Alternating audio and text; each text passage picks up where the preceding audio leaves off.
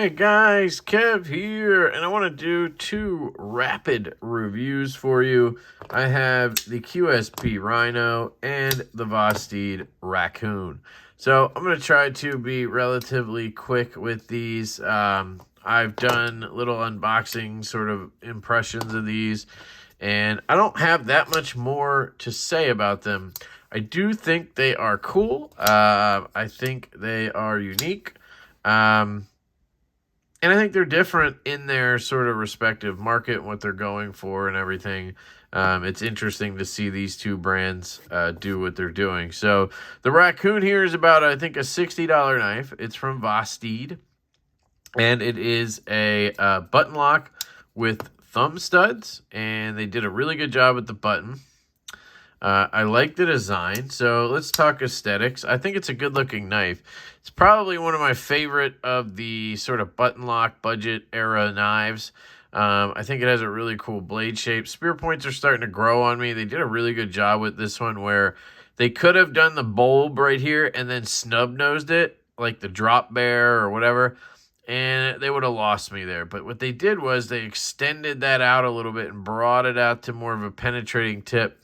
So you get the benefits of having a spear point that's, relatively low, but you also still have that sort of bulbous look, which I think does look good in this case. I love how they did the sharpening choil right here and kind of left it almost like a finger choil into the handle. You have this one little swell right here, which is nice. Really neutral cut back to here, and then sort of a little up sweep. And along the top, it's just a nice, smooth, sort of straight radius. Almost straight across the back, but you do have a slight curve going on, which is pretty cool. Getting into ergonomics, but I also like this blue micarta quite a bit. It's really nice. The clip is nice and recessed along with the screws, which is cool. It is a low clip with some good retention. Now, it's a little bit hard to get in the pocket, but it's very much like the clip we went with on the Growler. I should say Shieldon basically, does that. And honestly, they may have made this clip. I don't know. But you can see here, it's very, very similar. And while it makes it a little bit hard to get in the pocket, it is extremely it just disappears. You don't even feel it in your hand. So I like that trade-off personally, but that is going to be a to each their own situation. I love the aesthetic of the button. I just think the way they did that, it almost has a button collar, which is really, really cool in my opinion. You do have a reversible clip that has a filler tab. Looks good. So, ergos. You have a pretty full-size knife here, so, you're looking at probably 3 1/4 inches. Let's grab the old stout, which is 3.3 inches. And, yeah, we are just about dead on there, so I would call it 3 1/4, 3.3 on this guy, which is going to put it around 7.6 overall, 7.75, something in that area. So you get a full grip down here with a large glove size hand. I get a full grip. Feels pretty good in the hand, honestly. But then you get this nice choke up grip. And my Lord, is this comfortable. The way they've done this choil right here, the way this one lands like that, it just locks you in really, really well. I really enjoy that. You can get into a nice pinch grip right here. You have the studs and the end of the handle as a sort of a tactile point. So you can get to any kind of cuts like that. And you do have jimping back here, which is usually useless, and it is here as well. I would like some up here, but you don't really need it, especially not for stuff I would do.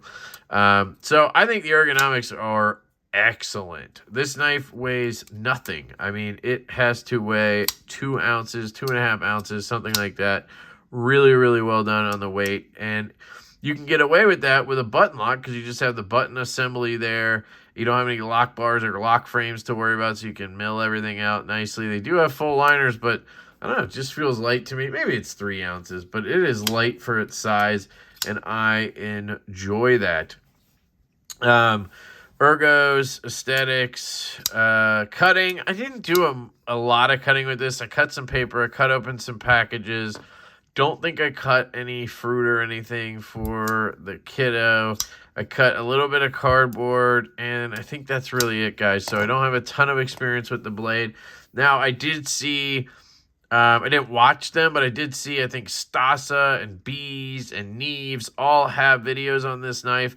And if you really want some extensive, review on the blade performance, go check their channels out because they do a lot more in-depth stuff with cutting than I do. If you're looking for, how the aesthetics are, the action and the ergos, definitely check the rest of this video out. But I'm not your cutting performance guy, if you know what I mean. And you should always take information from multiple sources when you're deciding on a knife. And honestly, you should, kind of make up your own mind, not listen to schmucks like me. But hey, anyway, it is thin. I mean, it feels thin. It cuts really well. The little bit of cutting I did, it went through cardboard real easy. Didn't have any issues. Has a nice sharp edge on it. I believe this is OEM by Kaiser. I think they say they kind of have their own shop over there, which is going to be sort of an offshoot of Kaiser's shop anyway, I think. So it's kind of Kaiser-ish, but, whatever it is, they did a good job. I like the satin. It's a machine satin, but it's a kind of even one. It's a nice one. It's not like a pronounced one. It doesn't have the crazy colors. I think it looks pretty good in my opinion. Stock is pretty, average, good.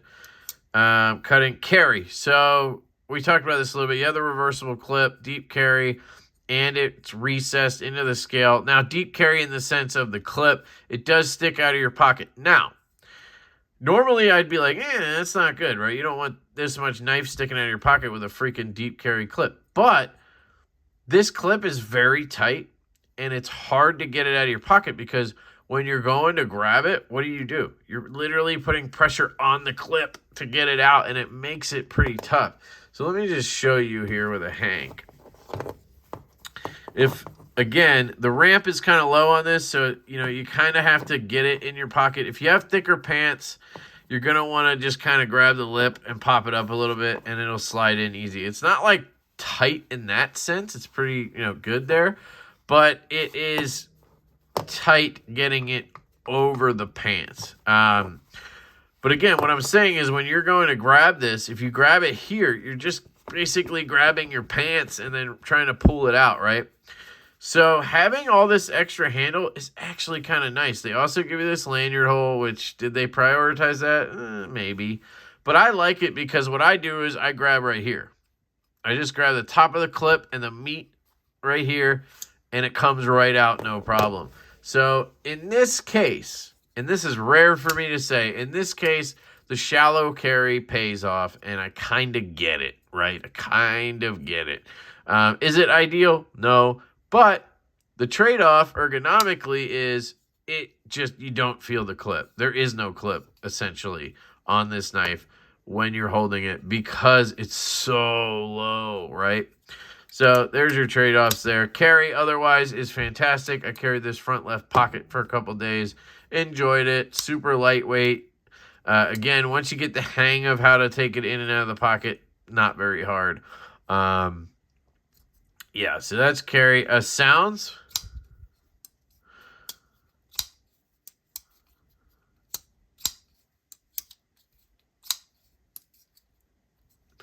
So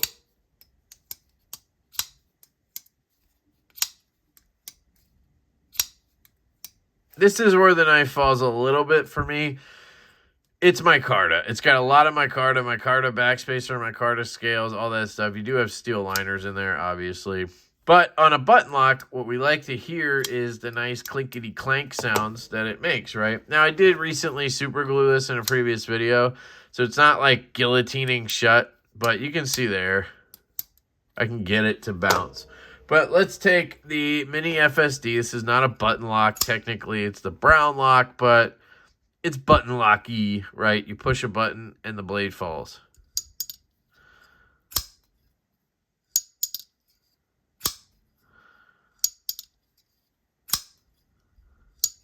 So you can hear a big difference.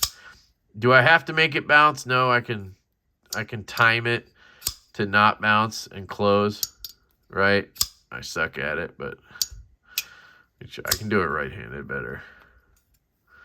Anyway, that's that one. Then you have the Malibu.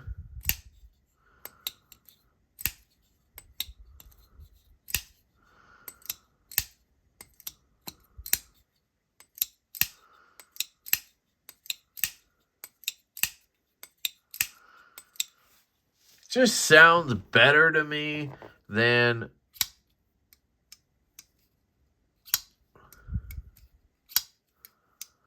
just a lot softer because of the micarta. So I give it like a 3 out of 10 on sounds. Let me just grab a drink. So, action. Again, not my favorite. Now, I gotta say, this is probably my favorite of the budget button locks I've handled. I like the original, but it's a little too small for what it is to be like the best for me, right? It's up there for sure. And the Conspirator from Civivi that I had was really, really good as well. It's just a little bit large. I feel like it's a little bit bigger than this one. And I don't know. So that one's really good. But this one just overall, I think, is the best. And action-wise, it has a decent... Like, they actually got a detent on it. So it's not, like, super weak.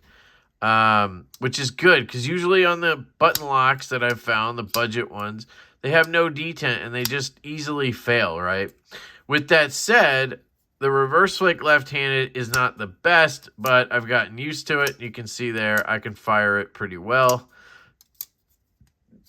And once you adjust to the knife, it works really, really well.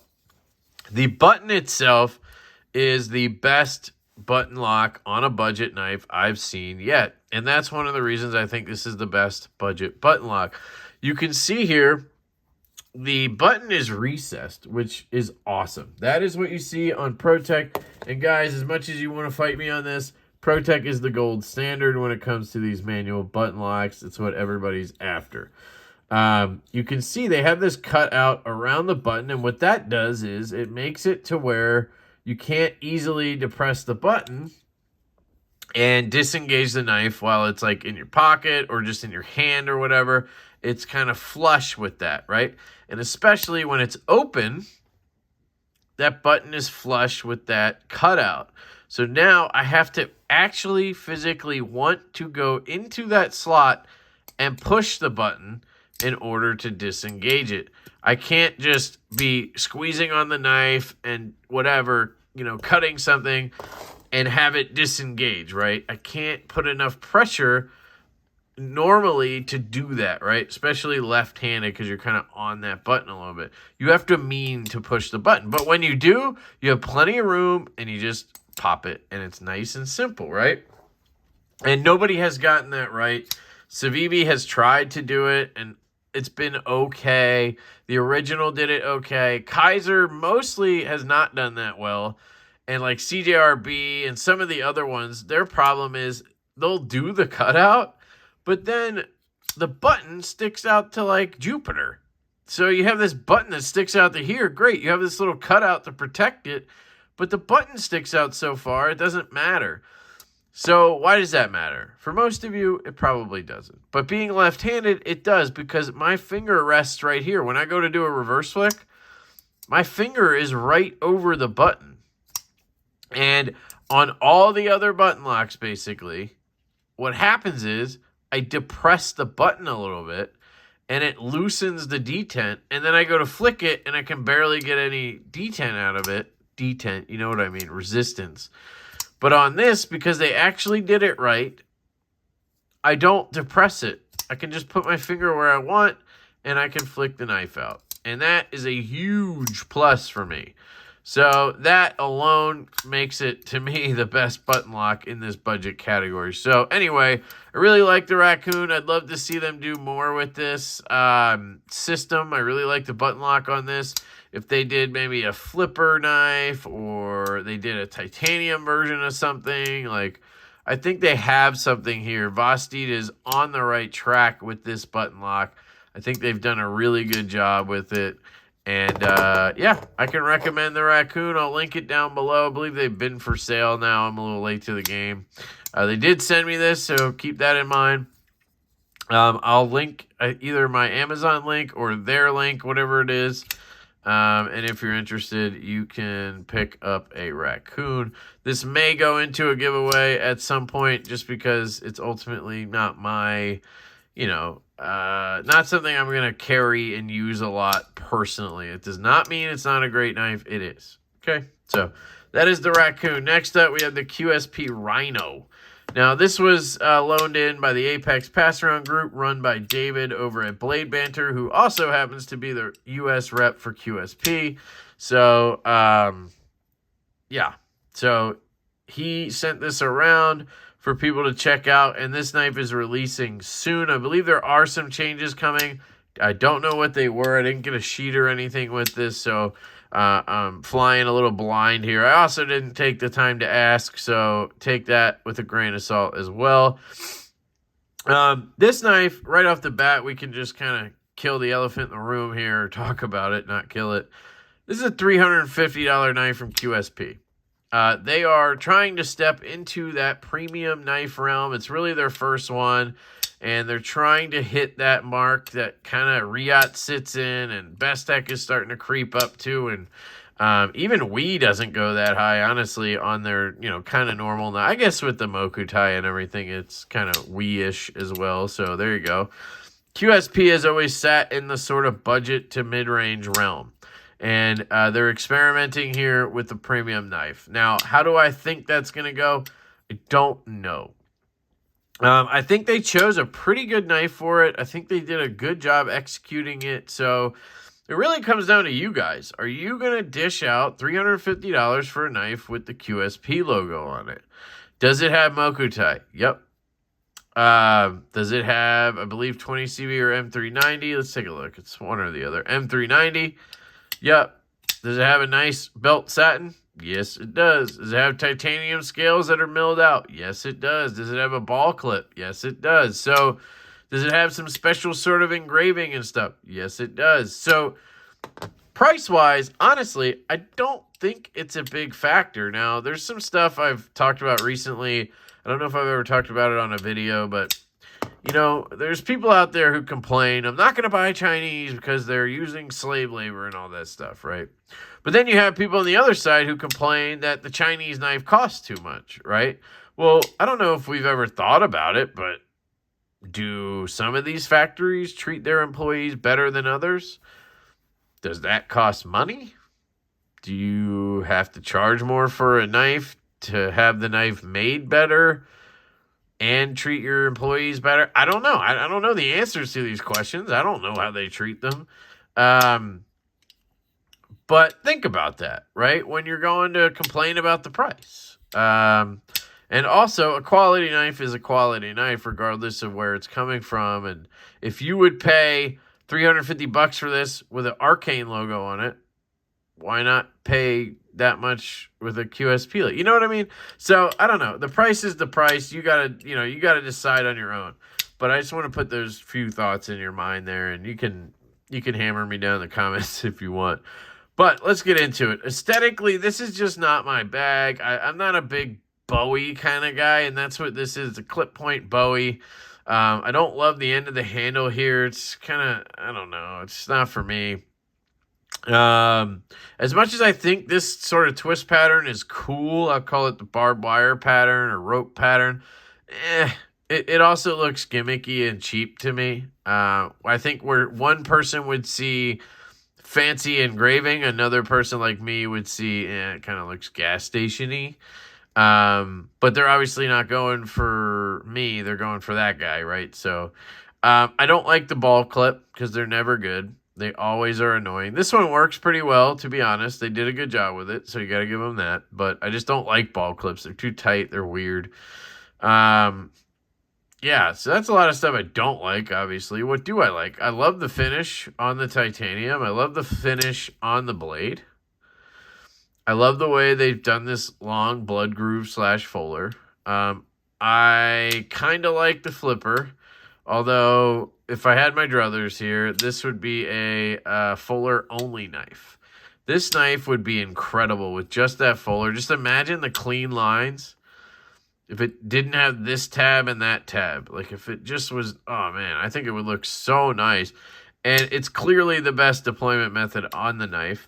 The flipper tab needs more jimping or stronger jimping. It's there, but it's, like, knocked down too much. It's almost like you know, stonewashed or something. It's basically finished the same way as the Fuller, which I also think could use a little more, but they did a pretty good job leaving it rough here.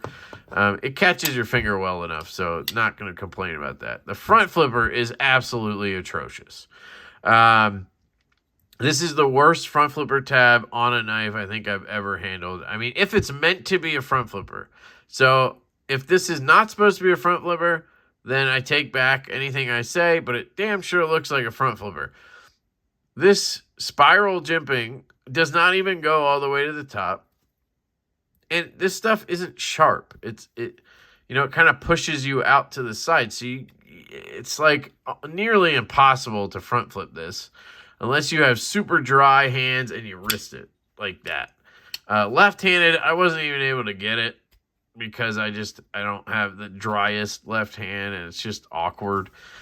So that's really bad, honestly. I don't know how that left the factory if this is supposed to be a front flipper. Now, granted, maybe it's not supposed to be. But here's the other thing, guys.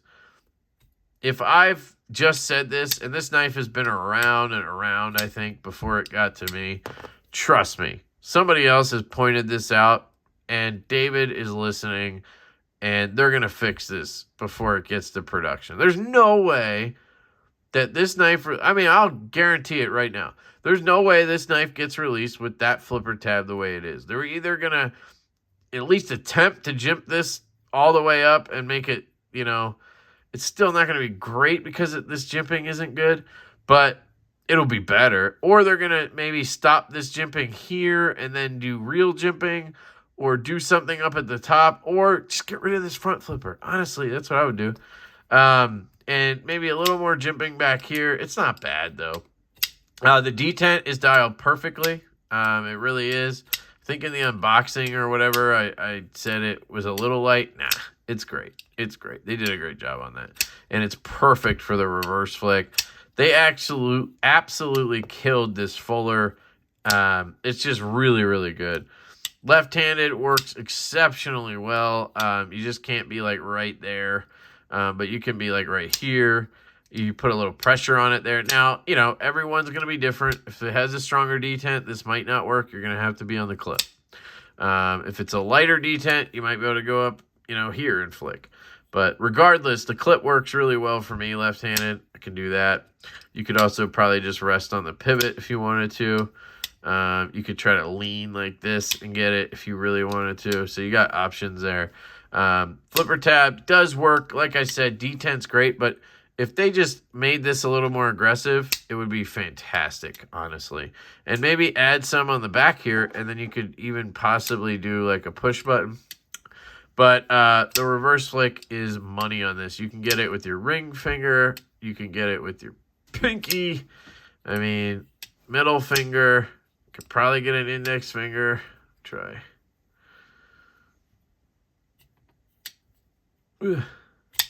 Index finger flick, and then thumb. I mean, I almost just said that out loud, but I'm not going to. But I just flicked this thing with 5 different fingers.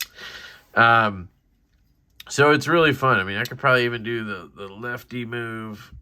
I can't get it. I can do it right-handed. Yeah, you can do the Bic lighter like that.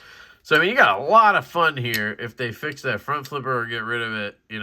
It makes me want to use it, And I don't want to have a half deployment method. That's not cool. It is dead centered. It looks really good. I mean, they did a great job right here. I wish it was just a warning or something. Maybe that, just go for it. Just go for the warning, It's almost like made for that. I don't love this handle portion. I mentioned that earlier. I don't like that on knives. I feel like it takes away from the aesthetic closed. Makes it look like less blade to handle ratio. You could just follow the line. I don't know. That's me. Nice lanyard hole right here is fine. The ergos are actually surprisingly good. I just fit my large glove size hand in here, and it fits really well. Kind of reminds me of a military knife, like the K-bar. Is that the one? Kind of has that sort of pommel handle where you can hold it like this. You kind of have, what would you call it? A guard, and then you can really I don't know, stuff like that you see in movies or whatever. So yeah, Overall, I think it's a really cool knife. It's got a decent thickness. It's not too thick, not too slim. I think the price point's too high, in my opinion. Like I said, that's up to each and every one of you. I would totally make a less expensive version. Like, give me one at $250 with just titanium. You know, I don't need all the Mokutai and stuff. Or even try to get it to $299 with titanium, and maybe you'll get people to jump on it. But $350, man, that's going to be a tough one. But we'll see what happens. I mean, it could sell like crazy. Who knows? It is a good design. I think it feels good in the hand. If you dig the overall look, I think you're going to really like it. It's built really well. That's kind of the bottom line here. Is it a good knife? Yes. Did they do a good job? Yes. Is it for me? No. But, that's for everybody else to answer. Again, this jimping is not for me. I really don't like it. It's not functional either. I think Casey was the one who said you would think it makes you ride off to the side, but if you actually push down on it, it works perfectly the way it should. I wholeheartedly disagree with that. I don't know if it's because I have sweatier hands, but when I bear down on this, my fingers want to slide forward and out. It doesn't really matter where I'm going. Like, if I put pressure down, it slides. So I disagree with that. Maybe if you have drier hands, it works fine.